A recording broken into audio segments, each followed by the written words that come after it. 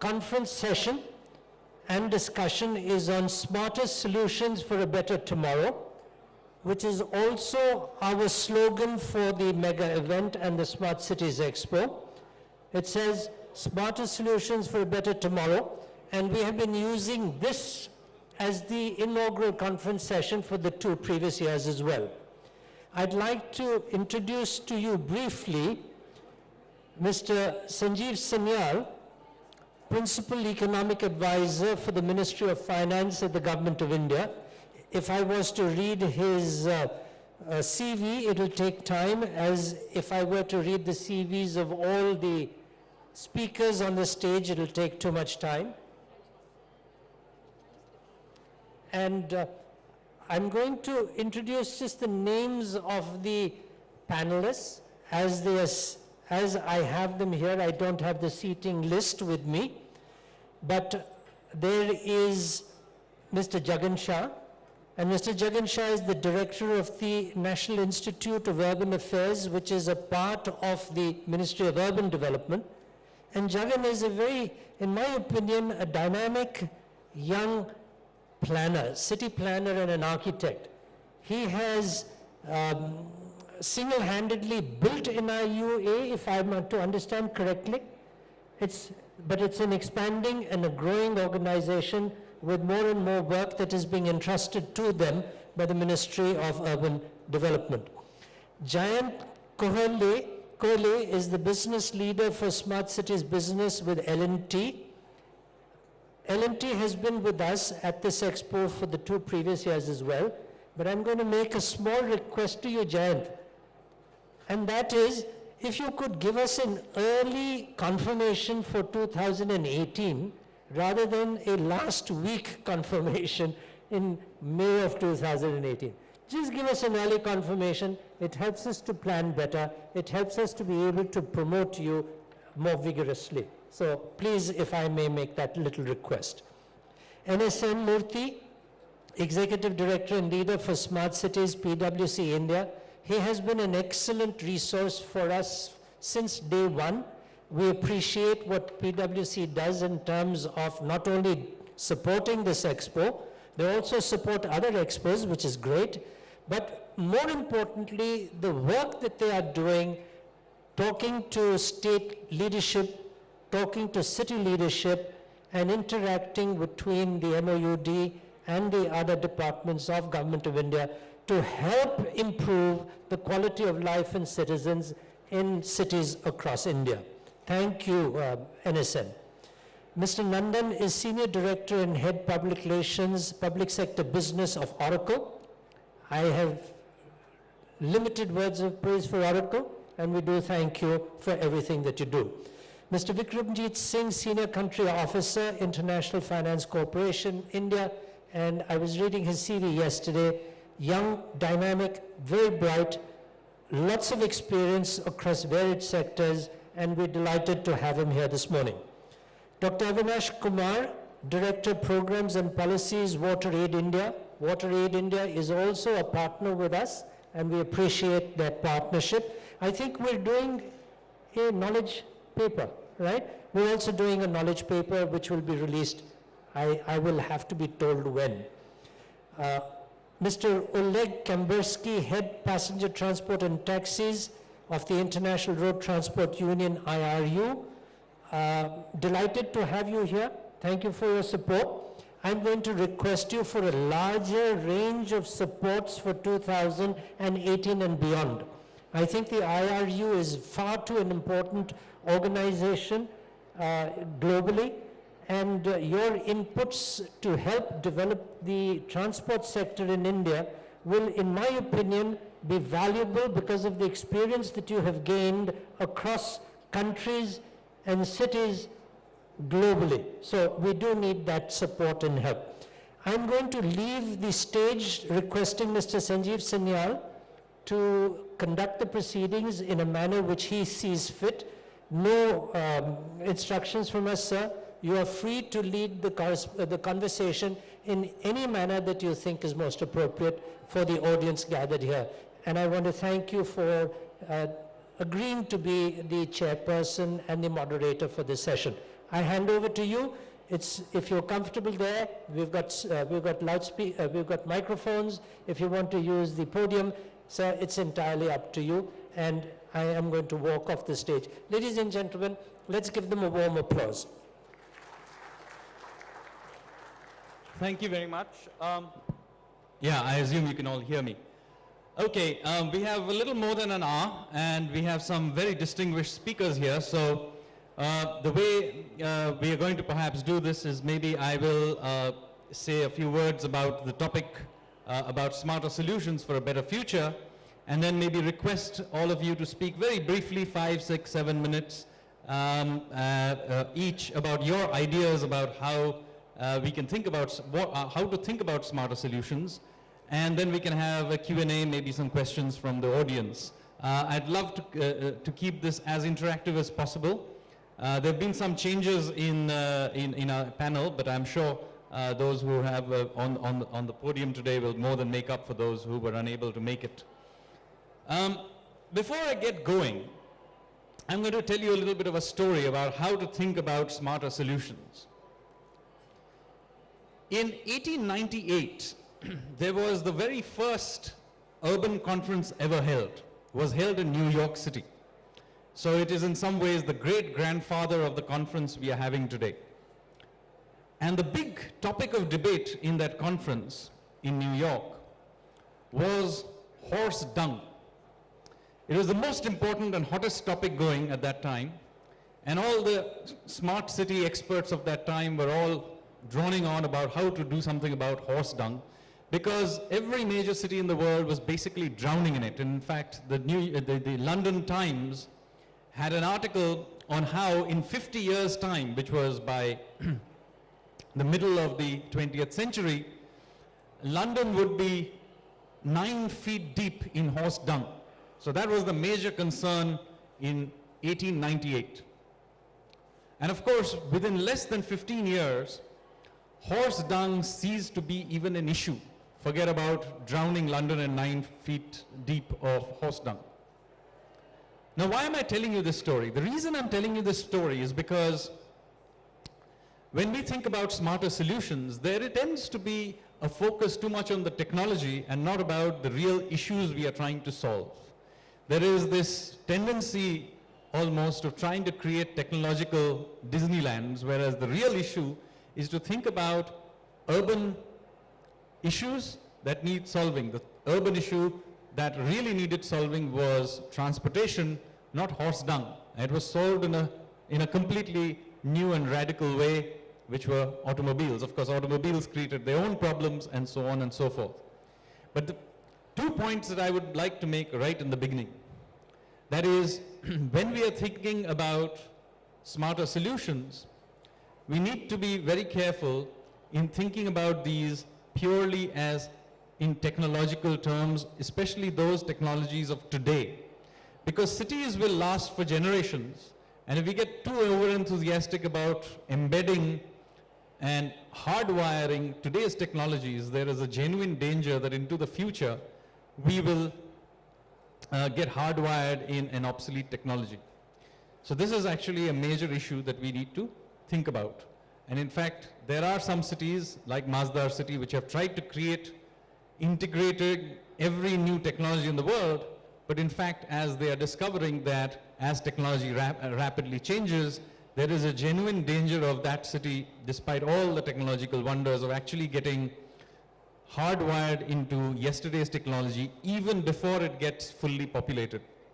So this is a major issue when thinking about cities. You need to understand that technology, particularly digital technology, is continuously changing. And of course, many of the smartest solutions to problems may come from newly applying very old technologies or applying non-technological solutions to certain problems, which may be a governance solution by changing, say, property rights or the way we run the city in a different way.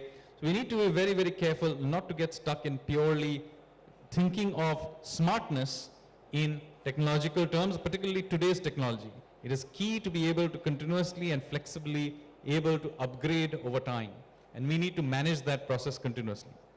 The second most important thing to remember is that ultimately the smartness of a city is about the smartness of gathering high quality human capital. It's about the people ultimately, not about not about any particular again technology. So great cities are those cities that are good for gathering new high quality institutions and human capital and clustering them. There are many ways of doing this which may not seem technological at first glance, but in fact there are many interesting ways of doing it in terms of, for example, building great universities in the middle of the city is a smart solution to a problem of bringing young people to the middle of the city. This is totally not a technological problem, but in fact one of the big problems of unsmartness of our cities is that they build new universities somewhere out in the boondocks and 300 acres and wall it off. Whereas in fact, all great cities in the world really try to bring their best universities to the middle of the city. I mean, just look at the great cities of the world. All of them have great universities in the middle of the city. They encourage them, and in many places like in Singapore, new universities like Singapore Management University have actually been built in the middle of the city. This is very, very important, that building cultural institutions, academic institutions, and how we cause clustering of activities is very, very important to the smartness of a city. And finally, before I hand it over, I would like to argue that the problems that we have are dynamic. And the most important thing to know about India's cities is that we are now building our cities over the next about a generation. Something like 250 million people will have to be absorbed into India's cities. So our existing cities will expand, new cities will be built, small cities will become much larger, and so on and so forth. And there will be huge migration through this process. How we manage this migration, and without it becoming, our cities becoming gigantic slums, is a very important part of this. And in this context, we need to understand that urban poverty, migration, all of these are flowing, fluid issues. So very often, the most advanced technology may be, for example, property rights.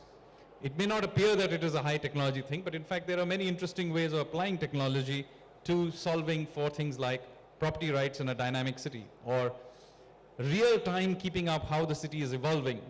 For example, when we are creating transport systems using mobile telephone data to find out where people actually go as they use our public transport systems, and continuously adapting our public transport systems to what actually is required rather than what is there in the master plan. So fluidity, the ability to change, these are in some ways the most important things we need to think about when thinking about smartness of a city, rather than purely thinking in terms of, oh, this digital technology looks very cool, let's apply it everywhere.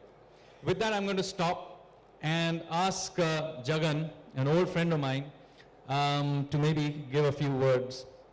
Do you want to speak here, or what do you go? Yeah, speak here. Hello. Thanks, Sanjeev. I think you've set such a formidable challenge intellectually for us to grapple with, that it would be smart of me not to try and address all of those issues. But I think the key point that I hear you saying is that the talk about smart cities can't center entirely on technology and applications of technology. And I'd like to speak to that point. Really, and I think that's a wonderful way to set the stage for this session.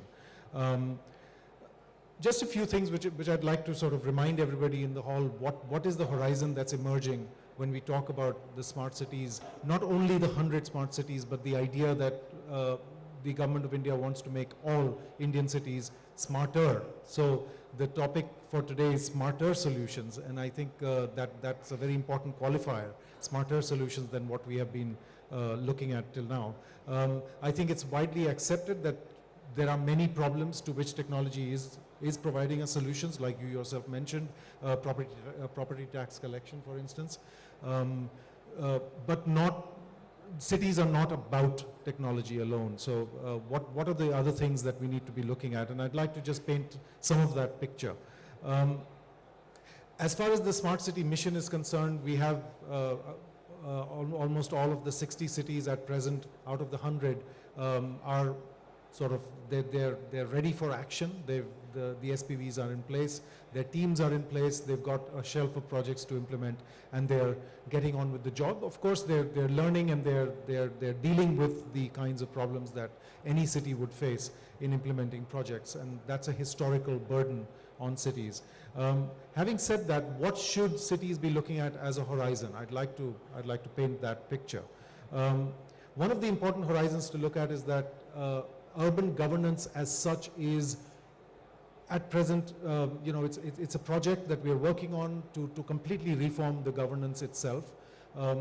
Again, application of technology will help. Property tax collection is one of the services that the government needs to perform using technology, but the idea of Digital India is that we should adopt e-governance. This brings in greater transparency, greater accountability, and this is definitely on the horizon, that all cities in a sense will have operating systems that can integrate all their functions. They are integrated at the back end as well as their public-facing functions.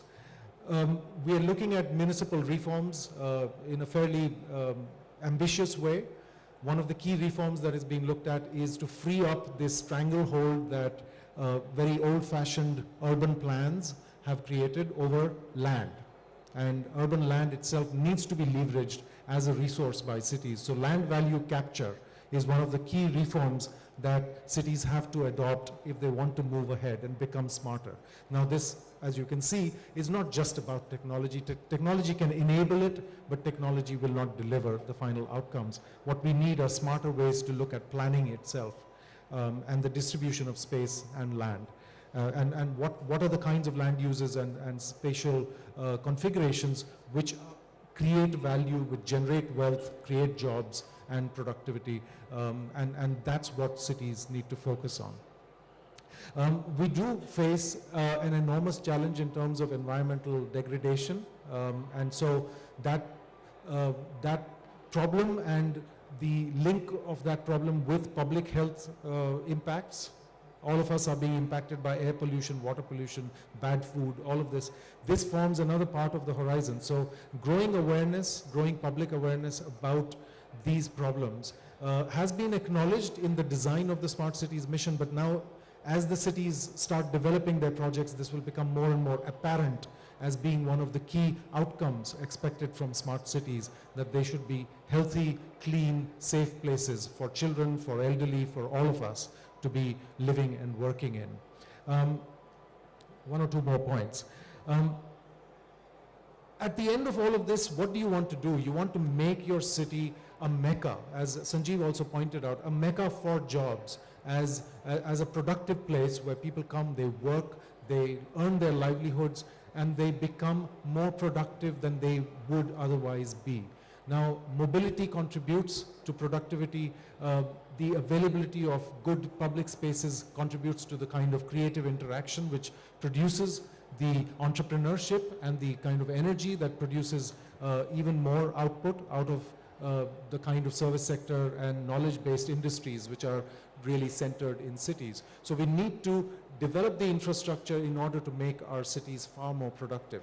Now, we have to realize that till now our cities have been framed on the basis of consumption. A lot of our public spaces, our malls, everything is about consumption. What we need to move into if we want to be smart is more productive and creative cities, where people spend their time not only building their own capabilities, but also the collective capability that you have to have if you want to really prosper and become the cutting edge of knowledge creation, of entrepreneurship, and wealth creation. So this is the ultimate horizon for us. Smart cities are not mere applications of technology as if it is a fetish, but they are the outcomes of all of these investments in planning, infrastructure, applications of technology, and smarter ways of governing and managing different processes. And that is the outcome that we need to target. Thanks. Thank you, Jagan. I fully agree with everything you said. And let me clarify. It's not that I'm against technology. I mean, even in my horse dung example, the problem was solved by technology, automobiles. So, but the point I'm trying to make is that technological change by its very nature is unpredictable. And so we need to be flexible about how we think about this whole thing. And one great example was unlocking of land value being a very interesting example. Much of the land in our cities is allocated on the basis of uses that are no longer meaningful, and we need to unlock that and reorient it. And in fact, technology can play a very good role in this by, simply scanning across the city and being able to take a much better sense of how these spaces are used, using digital technology, mapping and so on, and of course land rights, and then be able to use that and property taxes and other things to be able to reorient the city to a more futuristic application, and then continuously manage it, not just once, but over and over again. With that, let me bring into the conversation Jayant Kohale from L&T. I can't see him. Yes, there he is. So, yeah, Jayant, over to you. Yeah, thanks. Thanks, Sanjeev. So before I start, a word of compliment to the organizers, Exhibitions India. We have been associated with them from the inaugural event, and we are finding them, they are growing strength by strength year on year. And there was a request, so I'm going to sign off for next year from right now for 2018. So moving to the topic of this smarter solution. So I represent Larsen and Toubro, and I'm going to share the industry voice here. So this smart city program, which was launched by Prime Minister in Vigyan Bhavan on 25th of June 2015. And it is a very structured program where the objective was to provide the better benefit of technology to the citizen, improve their quality of life, also have a sustainable impact of that on the environment. And as part of the process, there were although global benchmarking was done, a lot of global cities inputs were taken, consultants like PwC, KPMG, E&Y, McKinsey, all these guys were brought on board, and there was an empaneled list of consultants who were to give the best in class, best of the technology solutions available across the globe, and can these solutions be implemented in an Indian environment. That was the plan. And I'm happy to share that, as far as the industry voice is concerned, we are seeing quite a good action on the ground. In fact, Mr. Gauba in his inaugural address also mentioned few cities. In fact, I'm going to dwell more on that. So a few cities have already taken some kind of good steps, and all these technological solutions what we are talking about and been implemented globally are right now been happening in the Indian environment. So as other co-panelists have mentioned, the technology is a big enabler, and there are definite advantages of the technology. But then this technology can serve in a sustainable manner. That's what the Indian cities are striving for. So now in this last 2.5 years journey, the first thing in a smaller way was first step was taken by city of Jaipur. In the November 2015, they launched a very small pilot project where they tried to address all key elements of technology to be implemented in a pilot phase. That project was very successful, and that became a template for rest of the cities to follow. And then later on, in a larger scale, in a much scaled up environment, few cities, I can name them, city of Nagpur, which Mr. Gauba also alluded to, came up with a very large scale program. And if I can take, share further more details of that program, the project entails giving a complete communication backbone to the city infrastructure. So as we all know, for any digital solution to deploy, the biggest need is the connectivity. And then most of the time what happens, cities are dependent on third parties like service providers or others to provide that connectivity. So here is the city which has invested in creating the complete communication backbone. So city has invested in creating a backbone of 1200 kilometers. So city is putting money to create a 1200 kilometer of fiber backbone so that they will have a redundant infrastructure by which they can offer rest of the all IoT solutions on that backbone. So at city of Nagpur, there is a strip of 6 kilometers where all IoT solutions, smart parking, smart lighting, smart solid waste management, smart transportation are being deployed. So now we are going forward, you are not going to talk about Barcelona, we are not going to talk about Singapore, we are going to talk about solutions which are being deployed in Indian environment.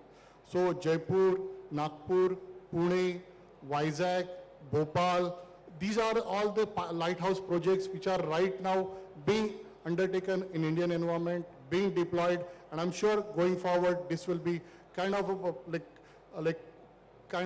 solutions which other city will aspire to deploy. So moving on to other city of Pune. So Pune likewise at Nagpur has also done a complete transformation in terms of offering solutions. In addition to the communication backbone, the citizen convenience or the benefits what we all look forward to is of course the challenges we all know for all Indian city is the traffic is the biggest challenge. So, in the current environment, can we do, one is we can always create 20 new flyovers, 20 new underpasses and other things, but is it possible? How much time it will take? How much, money will require for that, and do we have that kind of assets to deploy? So they are trying to use technology to increase the throughput, to increase, to ease the traffic challenges, also to bring the efficiency in the system. So 10 minutes spent at one junction, and how much human capital get linked there, and how much efficiency get deployed there, and can we use technology to reduce that kind of challenges? So they have come up with a program known as Advanced Traffic Management System. Therein, by use of technological solutions, by putting sensors on the ground, by putting cameras at different locations, by capturing the data, can we build a predictable model? And then that model can ease out that traffic congestion, reduce the missed stoppages, and thereby building the efficiency in the system. So, and also this gives opportunities to companies like us who are doing the master system integration activities, thereby we act as a single point agency to serve the need of the city. But likewise, there are also other industry partners, like partners who are in the area of VMS or in the area of maybe edge devices like cameras, or maybe access points, or maybe other areas of solution deployment. They get a huge opportunity to participate in the growth story.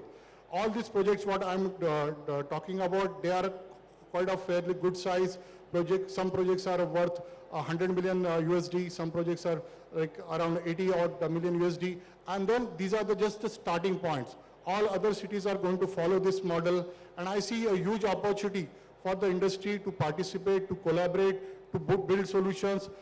There is also a huge startup community which is involved. In fact, at Nagpur, the drones are coming by one startup. Likewise, the IoT solutions which are deployed at Pune, another startup is supporting. Cities like Jaipur are trying to create a startup community. So this is going to create a huge wave for all of us. One is of course to build a business, but also to create a good ecosystem where all of us could participate and also benefit from it. Thank you. Thank you very much. Let me now turn to Mr. Murty. He runs the Smart City unit at PwC. It's not just about cities, and as we will see, he's also looking into rural issues as well. But why don't I hand it over to you? Thank you, Sanjeev. I think I'll pick up from where Professor Jagan stopped. And very interesting thing he said, consumption to creative spaces. And I think, and that's what something which, although we have not done too much in terms of India as a country, but let me touch upon how I perceive consumption to creative spaces. I think to make a consumption to creative spaces, what we need to get is first is get the people together at one single location or a place where they feel safe, where it's clean, where it's secure, where it is a potential to actually brainstorm and talk to each other, and hence share innovative ideas and thoughts and processes together. Okay, so that's where. Now, why I'm actually touching upon is where does the technology comes into play in that. So if I need to create, for example, Delhi in that respect, gets about 10 people together in a park at 10 o'clock at night after their work is over, is it safe? Is it secure? Is it clean? Is the environment conducive enough in terms of pollution also to be together? That's where the technology can play a role, create that kind of a safeness. Because someone very nicely said, it's not about just putting the cameras, it's also about feeling safe, also comes from the structure of governance. That means if I dial a number, there will be an SLA which says 2 minutes for the ambulance to come or police vehicle to come, it will come. And it will come again and again repeatedly. So creating that environment, technology plays a great role. So that's where the technology part and the solutions will play a good role. Now the second part to it is, somewhere I feel solutions or technology is not smart. There are 3 other components which make this entire piece smart. Operating model. The SLAs, the standard operating procedures, if they are not smart enough, you will never have a technology which is cutting edge. Even then also it will fail. That's part 1. Part 2 is business model. Whether it is in form of coming together and creating a consortia and addressing a bigger problem with a single solution, or adding multiple technologies and addressing a solution. At least the business model of delivery is very important, because cities over a period of time will not be able to sustain the technology implementations. Operation maintenance has always been weak in Indian context, but going forward in the smart city, it's the prime focus. Third part is the technical capacity. We do whatever we want to do it. There are 2 things, for example, it's my favorite anecdote I keep on sharing. 2 type of people will never, they will be always have scarcity, and technology has to play a big role. And I think I want to add the third one a little bit later. One is doctors and second is teachers. So neither India as a country will never have equal number of or a ratio of doctors to patient. It will never reach a position where you'll have as compared to Europe or Canada or Australia, which is on the par. Technology is again going to play a role, and again operating model and business models are going to play. So that's where the technical capacities come into play. Teachers, similar kind of a. Now the third part is the sector experts. I will never have 100 deep water experts across all 100 cities. I think that's what even Professor Jagan, we had a lot of conversation. I think that's where the country as a whole under the smart city Amrit is grappling with that kind of a case. I think those are the ones which needs to be solved. Solutions are several, they can come and they can. Just one last point. I think I love as a consultant, we all love the idea of templatization, standardization, single. But somewhere these replication and templates don't work at a city level, because what the cities will have multitude of problems and little bit of a difference here and there, but the templatized approach will not happen. We have been trying to do a replication of projects. They somehow doesn't happen. So I think from where as a consultant, and I want to actually leave one piece of thought is, if you leave a part calling it replication, templates, standard, and say that this is the business problem, multiple of them, and I want to solve it through technology, resources, and through a business model, that will succeed, rather than having a templatized version. I think that's a fabulous way of putting what I think you have more eloquently put the point across which I was trying to make, which is the focus has got to be on the solution and the problem, and not on deploying some top-down technological solution. The technology is a tool to solve a problem, and a great example you gave of, creating an environment where people can meet in the evening in a park and chat. Entirely non-technological activity. It's just a bunch of friends getting there, but in fact, the back end of doing this actually requires technology. It requires the security cameras, it requires response time from police if something goes wrong, it requires street lighting, which is of a certain quality, blah, blah, blah. So the point here is, I think you put it beautifully, that technology is an enabling factor for getting all of these done. And of course, it is very context specific. While certain things can be learned from other places, certain technologies, but the actual application of them on the ground has got to be specific to the context. And this is very, very important again when we are having these conversations about smart cities. This, if you go in fact to the smart cities website, you will be surprised how vague the actual mandate is. Now people think that this is because civil servants couldn't figure out how to define a smart city. That's not true. There was actually a long debate about how prescriptive to be, and it was decided that deliberately that the smart city project should leave open the definition of a smart city as open as possible, because it's about innovation, it's about thinking of problems and solving them in new ways. It is not about being too prescriptive, and in fact it's something that I was discussing just a little bit earlier with Mr. Nanda about being too prescriptive in various ways. So, Debapriya, over to you. Mr. Sanjeev Sanyal, Chair for today's session, other learned speakers on the stage, ladies and gentlemen at the audience. Very good afternoon to you.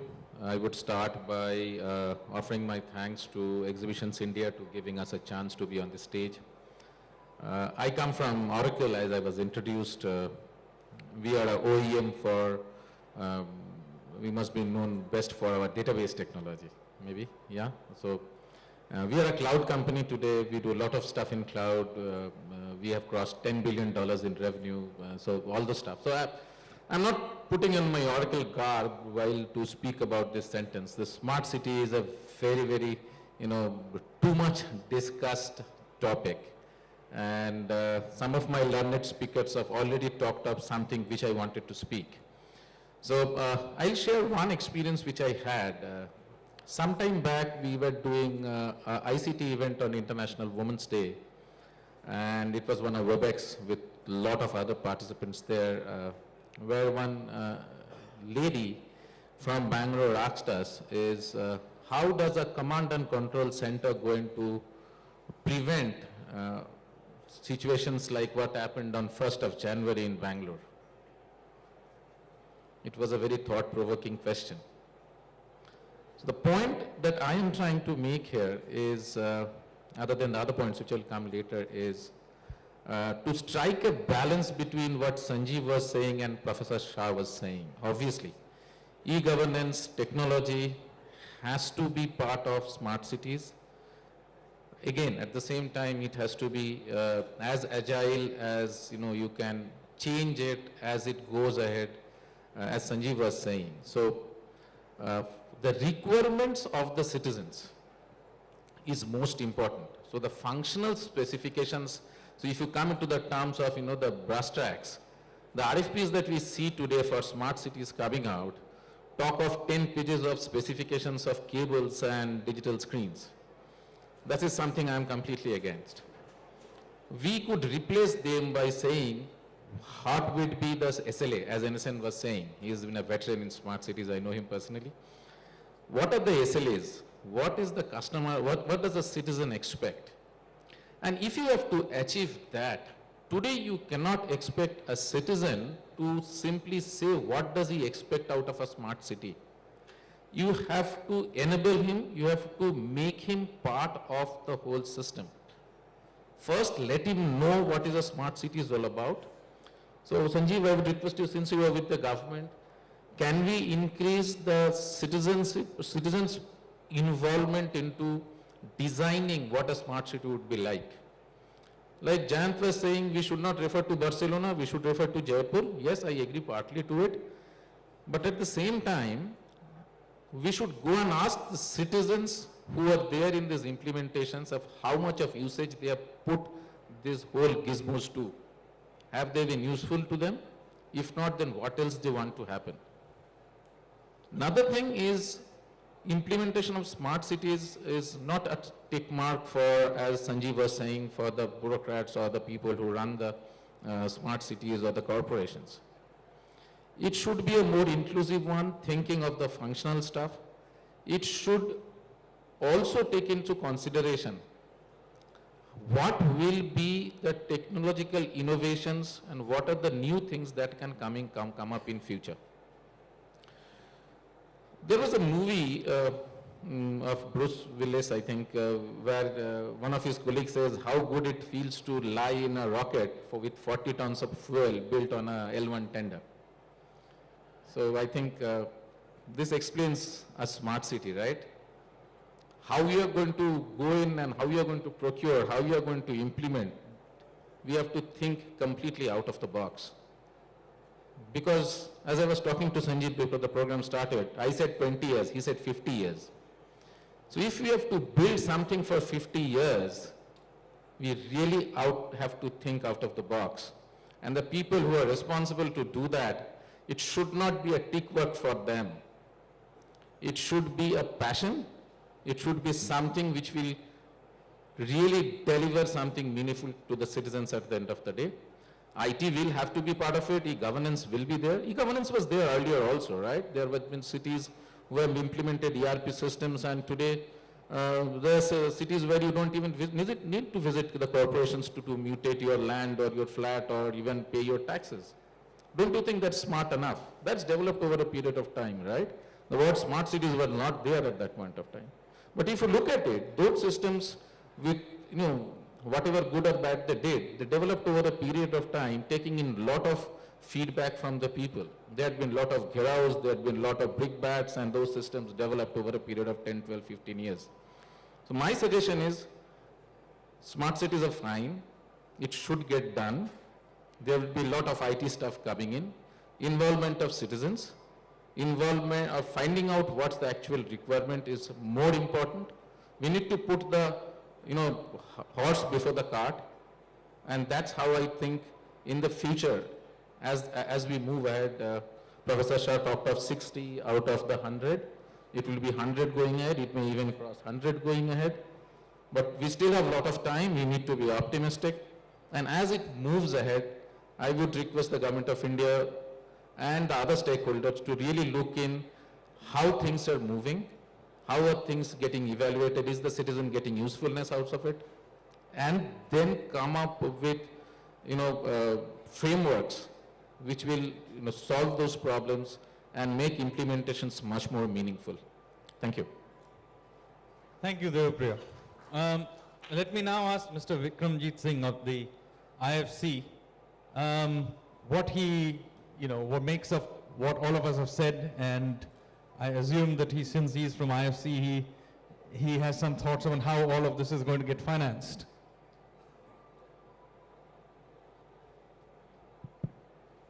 Yeah, good morning everybody. Right, so I don't have much to add after all that we've heard so far on this panel, but a couple of things that I'd like to speak about is that one, I think with issues of development today, knowing the solution is not a problem.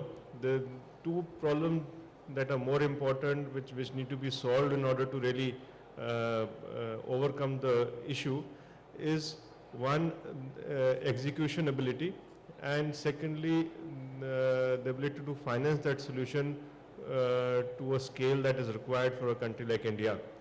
Now, I would have preferred that this kind of panel would have had somebody from the municipalities, because most of the solutions that we talk of have to finally get executed by people in the municipalities.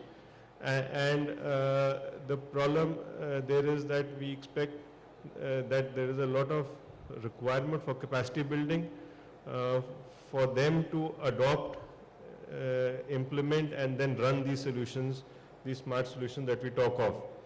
And this ability is not required at the leadership level in the municipalities, in the state government, but all through, because the issues are largely of execution, and we need to build capacity. We need to teach people. We need to sort of change attitudes, change behaviors of people down to the grassroots level in order to sort of in order to implement these technologies, bring about the change in behavior. So that is one. Now, having said that, when it comes to finance, I think that is a lesser challenge. there was a reference to the land capture model. I think all the municipalities in India are sitting on a lot of land which can be monetized. China has been a shining example of how the land capture model was used to build their cities. However, the question again goes back to the capacity of the municipalities in to be able to derive maximum value for the land that they sit on, so that you get maximum value and you're able to have solutions for all the citizens in that urban area. IFC, when it comes to IFC support, IFC is committed to supporting the municipalities in India, the government of India in the smart city initiative. IFC globally has since 2004-05 committed almost about $10 billion across roughly 292 transactions in the support of in helping municipalities across the world improve the infrastructure. So that I don't see as a major issue. The issues I see is more in terms of the municipalities being ready to work with and adopt these new technological solutions. So the issue I think is, I think one needs to go a little beyond technology and to look at knowledge and capacity building at the execution level. So those are my limited thoughts here. Thank you. Thank you. In fact, you brought up a very important issue which actually in some ways feeds through to what was discussed earlier, which is that ultimately the technology or whatever it is we are implementing has to be implemented in the municipality in a certain context, which is something we all agreed on. And I agree that maybe we should have had perhaps one or more people from municipalities here in the panel today. And I know that some of the other panels have some municipal participation, but I hope the organizers here will take care that in the next installment of this next year, more people from municipalities are brought in. There are some in the other sessions, but I think the numbers are much smaller than I think would be ideal, because I think in the end, exposing all these technologies, ideas and other things, ultimately has to be done to these people who actually implement it. And a greater participation from their side would be perhaps a good idea. Now let me move to the second last speaker, Dr. Avinash Kumar. He is our in-house water expert today. Thank you. Over to you. Thank you. Since Sanjeev said, I'm going to speak from the water sector, but also from a kind of a contrarian position from the perspective very poor figure in this smart city context. So it's not just about water, but also the poor. Now, why poor when we are talking about mega cities, talking about one mega event and so on? Three factors. One, of course, the fact that poor, like anybody else, have the citizenship rights in the country and in city anyway. So that itself is a very first fact. And you cannot do without poor in any city anywhere. They are there. Second, they're providing a cheap labor force very, very strongly. Third, they actually are also, and I'll come to that to substantiate that in a moment, the fact that they're also subsidizing the rest of the population in the cities. So there are three factors for which you need to really look at when you're looking at the smarter environment for a city. You need to see how poor figure into the configuration of the city planning. Now, just to come to a quick example, so we are releasing later today a report called Water Supply for Urban Poor, which has a kind of series of studies as well as case studies on what can be done with poor when we make poor central to the participation in terms of planning for water supply, sanitation infrastructure. One of the chapters there has a study, and which is merely a reiteration of some of the earlier studies available, the fact that how poor are contributing to the costs of the infrastructure in this country. So the study tells you that compared to a richer household which pays about 1.5% of its annual income on the water capital infrastructure, poor are paying about 3% of that. Compared to on the operational and maintenance expenditure, compared to a richer household which is paying about 0.25% of its annual expenditure, poor are paying about 2.8% of that. And after that, they don't have the reliable water supply, they don't have an issue around quality, they do have an issue around quality, and so on. The point I'm trying to make here is, very often there's a larger mythology driven that poor, first of all, are not able to pay, second, they don't want to pay, and that's how somehow they don't figure into our planning. On the contrary, what we get to see here through, again and again through evidence is that not only they are paying a lot more than others, many of us, compared to many of us, they're actually willing to pay. The point is, are they getting the right services for the kind of payment they are making? And how can actually that payment be not only made effective towards the best services they need to get, but actually in terms of the larger story of water sanitation infrastructure, providing a real grounded basis for emergence of the real essence of ideas of smart cities. So smart cities in that sense would not only be for the middle class professionals or the richer classes, but where a strong, efficient labor force is residing as well. Now, one brief example, and I'll stop here after that, just to elucidate this point further. We work across 11 states, across 21, 22 cities in this country with urban poor. Just for example, not very far, Kanpur actually, one of the non-notified slums where we work with communities there, where first of all, precisely because they were non-notified, they were not eligible for the water supply, sanitation, basic infrastructure services. When the poor started actually getting organized, it was with negotiation from the mayor of the city, district magistrate of the city, which actually got sensitized to the issue, that a kind of solution emerged, which has often been called actually a 3P solution: public, private, and people's partnership, where poor agreed to actually not only pay for part cost, but then state administration, district administration agreed to provide for infrastructural services for creation of a mini pipe water supply system to that slum area. So it was not through a centralized grid system, which is linked to what Sunil was talking about earlier, tenurial rights, land rights, etc., but actually regarding them as true citizens even when they don't have tenurial rights. So ensuring that they do get water as any basic human being needs, quality water supply system. So interventions happened at 3 levels. One, the district administration ensuring basic mini pipe water supply system.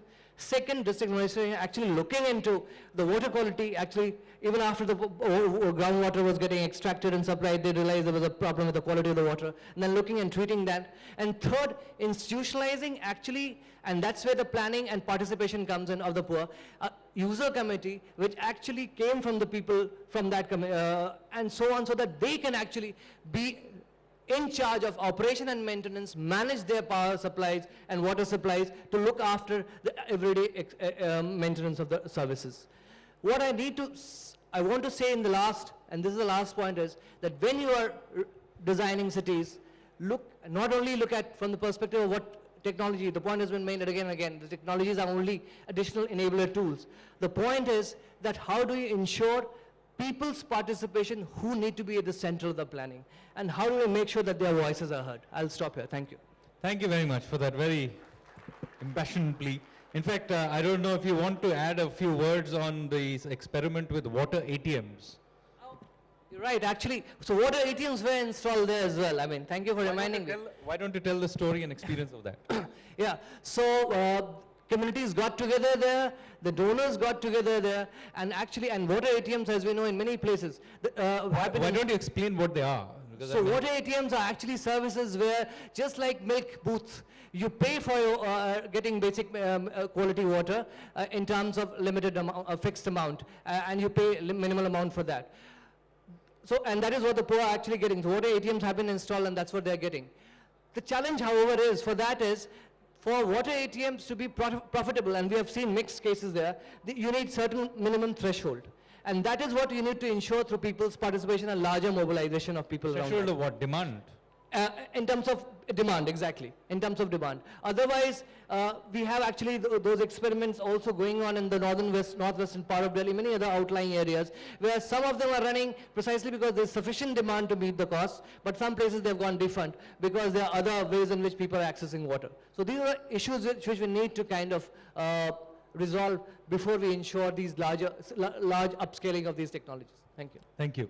We'll move on to the last but not least, Oleg. He is our in-house transport expert, and he's been working on, in Belgium, of course, but evidently also has been working a lot on Delhi. So over to you. Thank you, Sanjeev. I was told beforehand by my Indian friends that talking the last is a sign of respect in the Indian tradition, so I take it like that. I was introduced as somebody coming from the International Road Transport Union, obviously, which is one of the largest NGOs in the world. Basically, we are representing practically everything you can see in a city that is moving things and people.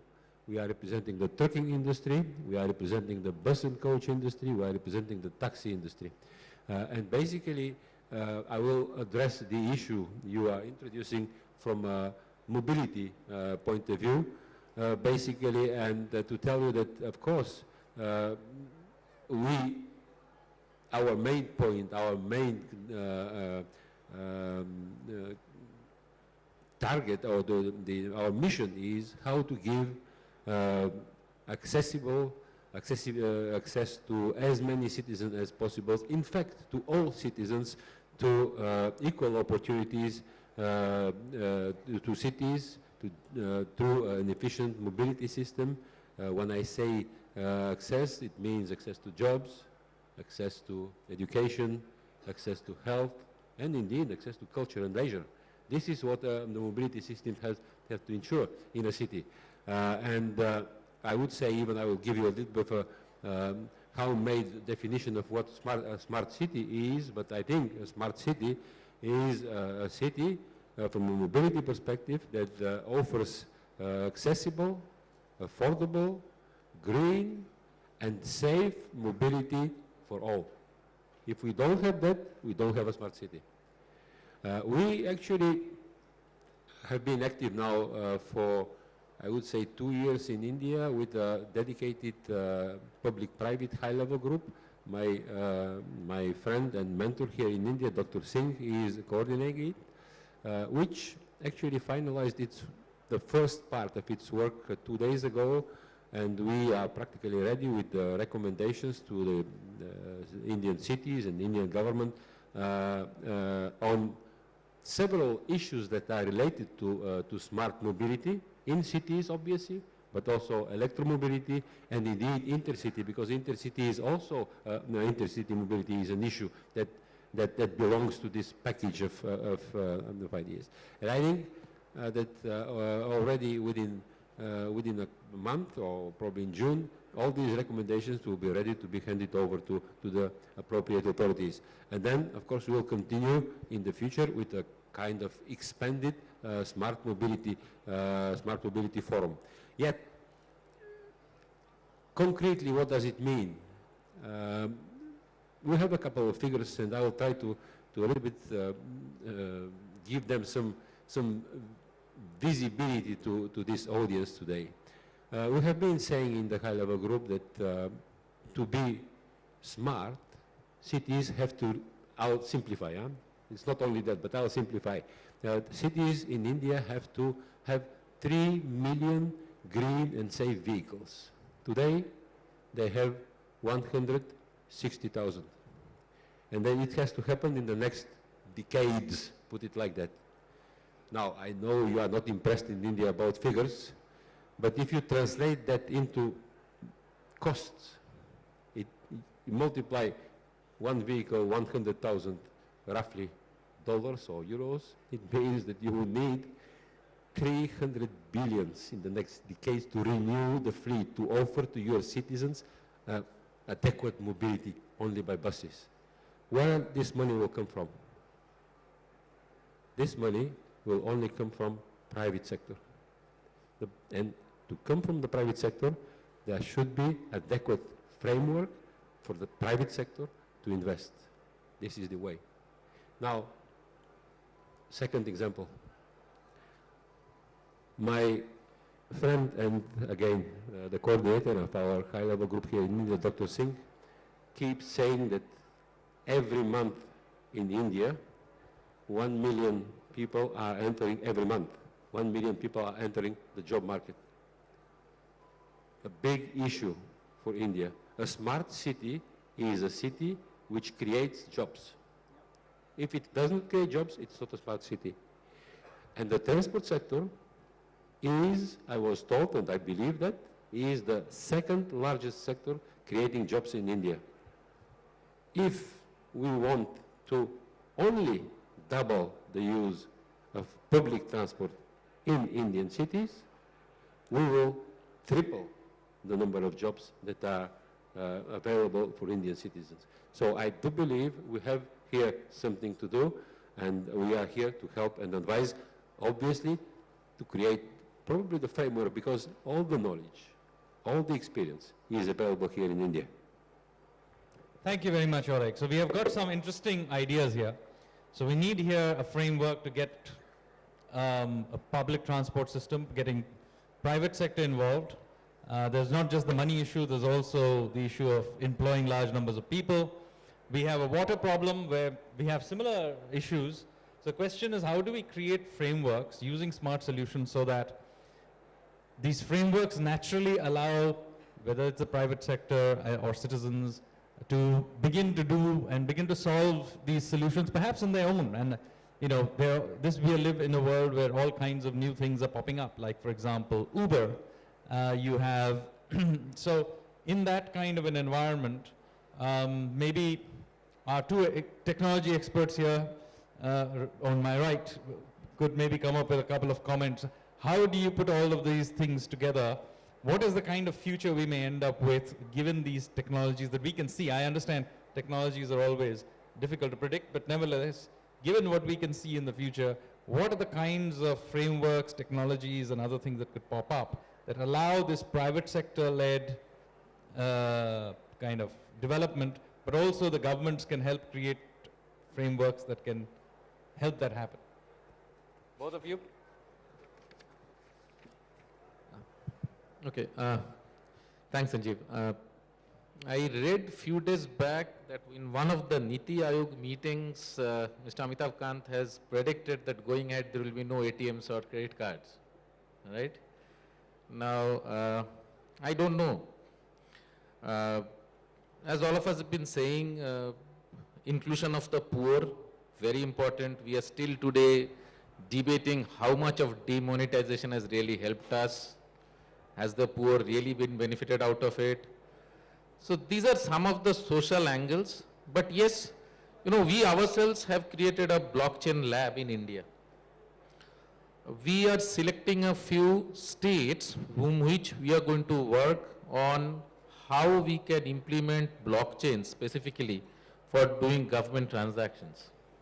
Even issuing a birth certificate or a death certificate, something as mundane as that. How can we make it more secure? The more we are putting things, making things smarter and putting it into a box, the chances of getting pilfered is much higher, right? Because somebody gets an entrance, he gets an entrance, he's inside the wall. So we at Oracle, we are pretty upbeat. We feel that, you know, the way new things that are being thought of are going to give us a lot of opportunities in future to bring in the latest technologies. We are looking at cloud in a big way. Some of the problems of, you know, the smart cities today faces investment and then results coming 5 years down the line, lot of capital expenses. You know, can that be taken off, and can the smart cities be implemented more on a, you know, OPEX model, whereby returns and investments can be balanced? The private-public partnership that we are talking of in smart cities today, can the business models be made more realistic rather than, you know, trying to talk of something which you may not be able to achieve at the end of the day, because all these things need a lot of citizen involvement. So let me get NSN into this. What do you think should be done by the government to create this enabling environment in which we, remember, cannot predict these technologies? So as a government, what do I do in order to try and create an enabling environment where these new technologies come in and we are able to continuously absorb them without getting stuck? Most difficult question actually given to me. So let me put it in two different aspects. I think Jagan is already smiling because this is something which is the biggest challenge we are facing. Okay, let's put technology and the core functional aspects of civic, two separate buckets: water, sewerage, sanitation. This is something has to be done. Technology will play a role of monitoring that implementation, and hence the model around that can be standardized across cities. That's part one. So that's a framework, that's a SLA, that's a governance model that can be done, and government, central, state, city needs to play a very strong role and also ensure that this is applied at every level. That's one. So compliance and adherence to that governance model is very important. Once you do that, you cannot actually go back and make customization. That's part one on the implementation. The second part is on the technology. How do you select the best of the technology? I think the answer lies in the first round of discussion when you say, I should not be thrown open to selection of a technology. I don't think so that's the right way of doing it. And we have, and everyone understands that, but when it comes to a RFP, it again goes back to technical specs and all those things.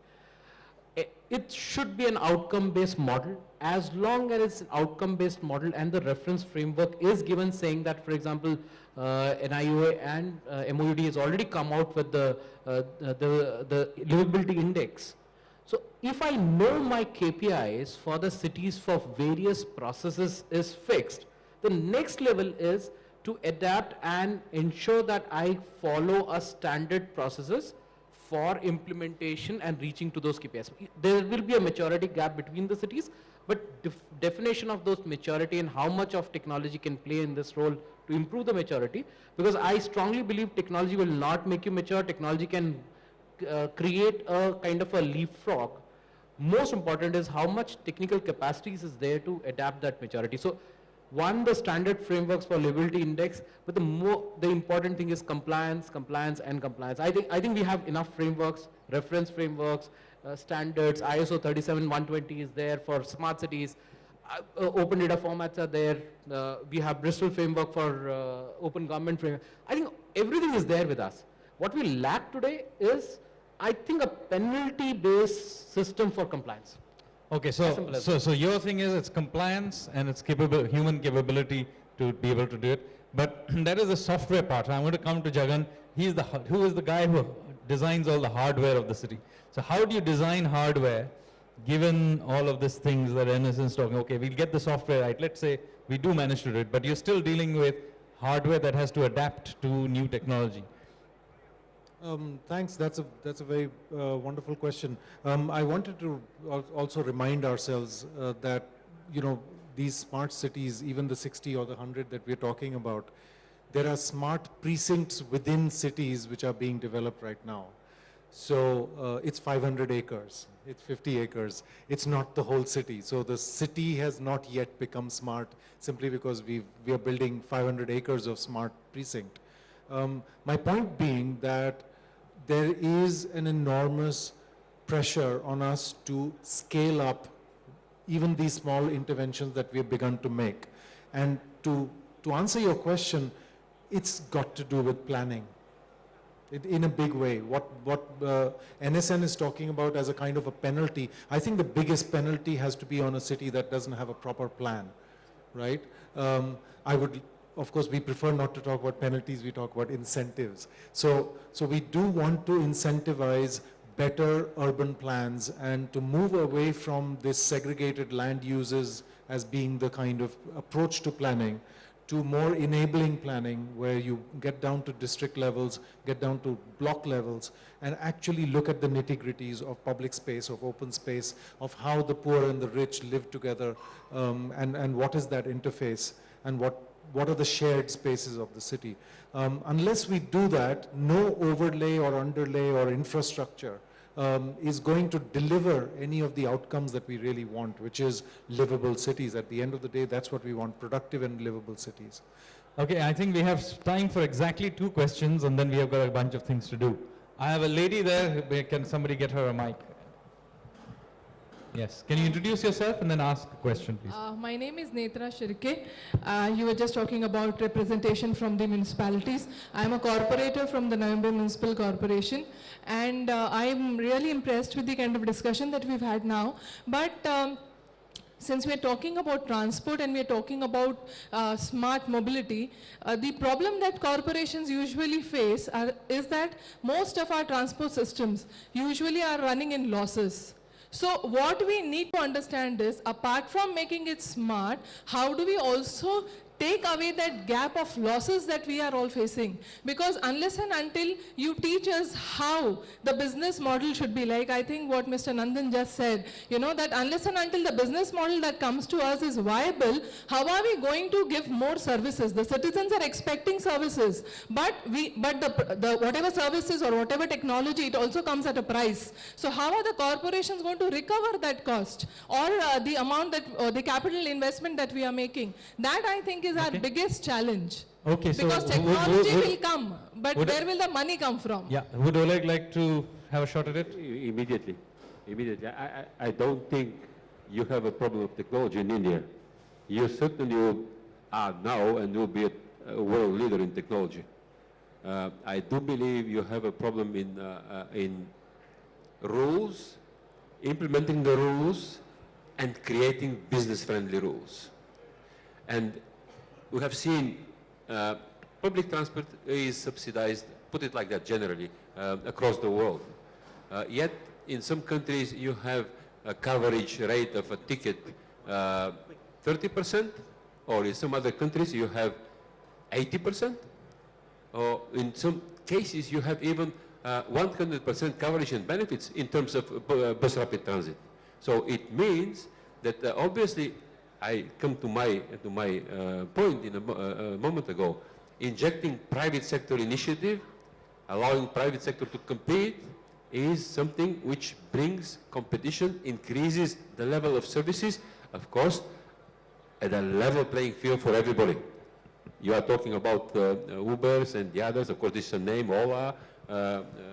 I think rules have to be there, rules have to be the same for everybody, and then implement these rules. Today, in India, I give you an example that struck me in the discussions the other day. In Indian cities, you don't have, now I stopped about public transport, I'm talking about something else.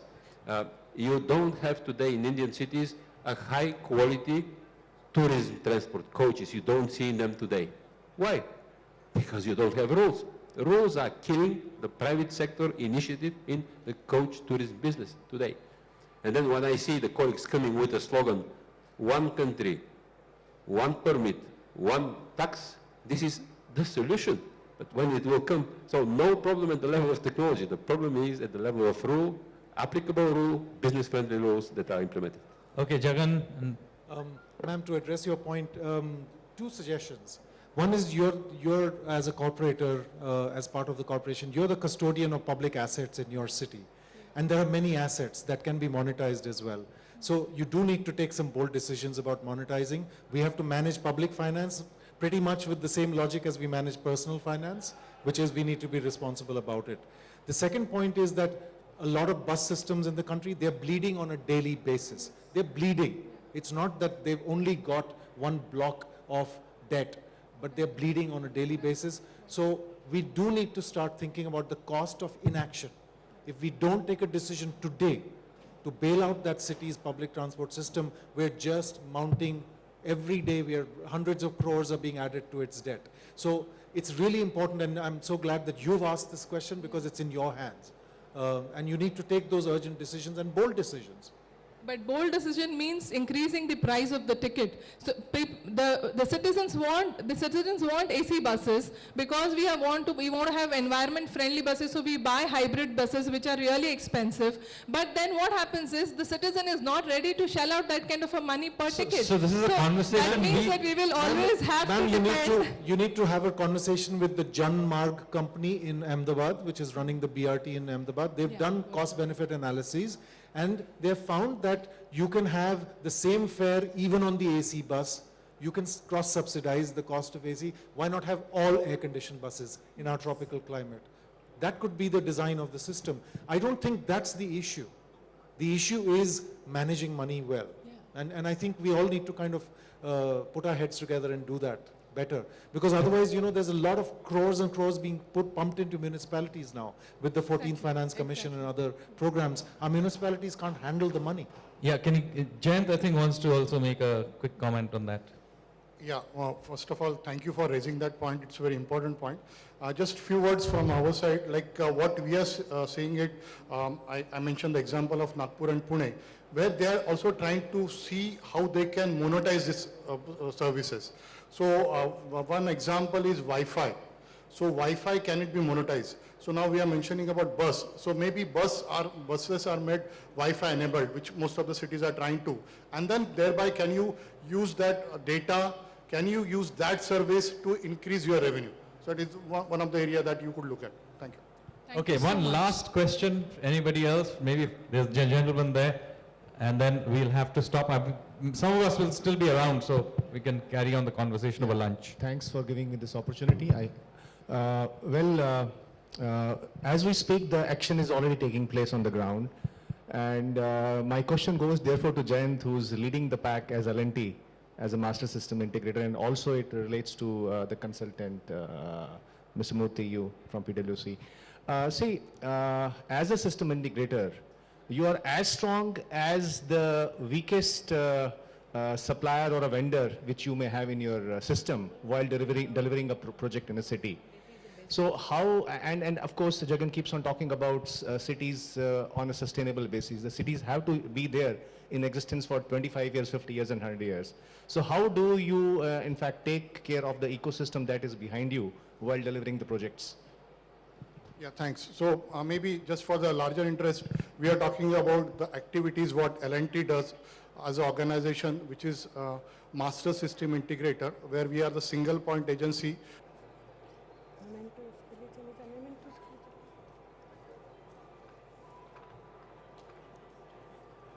I have a little, before we close the session, we have mementos for all our esteemed speakers. May I request a chairperson, do give a memento, Mr. Jagan Shah, Mr. Shah, a memento to be given to you by our chairperson, please.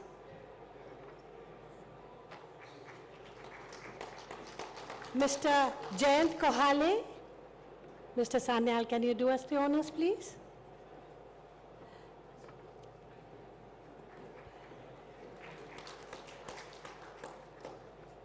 Mr. N.S.N. Murty from PwC.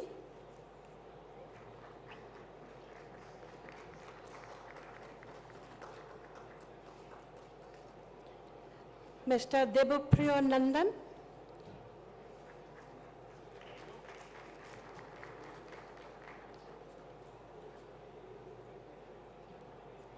Mr. Vikarmjit Singh.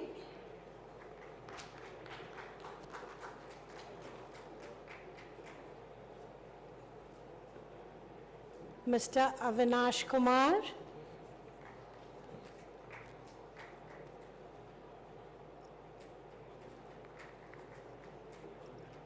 Mr. Oleg.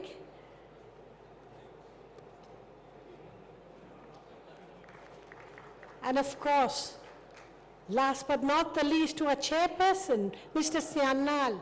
May I request Sonia to please hand over a memento from Exhibitions India's side for our chairperson, Mr.